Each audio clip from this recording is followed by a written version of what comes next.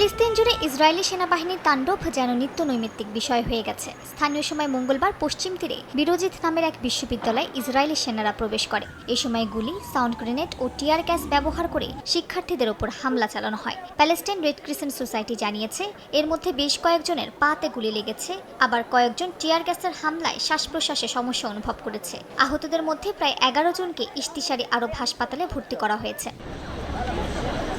এই হামলার আগে বিশ্ববিদ্যালয়ের ছাত্ররা ইসরায়েলের জেলে বন্দী ফিলিস্তিনিদের মুক্তির দাবিতে সমাবেশ করেন। সমাবেশের ফাঁকে গাজার 6 বছর বয়সী শিশু হিন্দ রাজাবের হত্যাকে কেন্দ্র করে নির্মিত চলচ্চিত্র প্রদর্শনের সময় এই হামলা করা হয়। ইসরায়েলি সেনারা একে সন্ত্রাসবাদের সমর্থনের সমাবেশ হিসেবে বর্ণনা করেছে। ইসরায়েলি দখলদারদের এই হামলা শিক্ষা প্রতিষ্ঠানের পবিত্রতা লঙ্ঘন করেছে বলে উদ্বেগ জানিয়েছে বিশ্ববিদ্যালয় কর্তৃপক্ষ।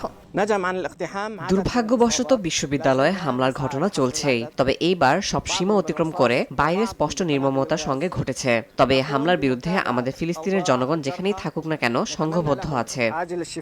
গাজায় রাফা সীমান্ত বন্ধ রাখায় ইসরায়েলের কঠোর সমালোচনা করেছে কাতার। দোহা জানিয়েছে, মানবিক সহায়তা রাজনৈতিক চক্রান্তের জন্য ব্যবহার করা যাবে না। এছাড়াও উপত্যকাটিতে পরিপূর্ণ যুদ্ধবিরতি বাস্তবায়নের আহ্বান জানিয়েছে দোহা। যুক্তরাষ্ট্র ইসরায়েলকে গাজায় বিশেষ অভিযান চালানোর অনুমোদন দিয়েছে বলে দাবি করেছে ইসরায়েলি গণমাধ্যমগুলো। অনুমোদনের বিষয়টি 4 ঘণ্টা নিরাপত্তা বৈঠকে আলোচনা হয়। বৈঠকে গাজা, লেবানন, সিরিয়া ও ইরানের সাম্প্রতিক পরিস্থিতি পর্যালোচনা করা হয়েছে। ইসরায়েলি কর্মকর্তারা জানিয়েছেন, হামাস নিরস্ত্র না হওয়া পর্যন্ত পুনর্গঠন বা দ্বিতীয় ধাপের কোনো চুক্তি হবে না।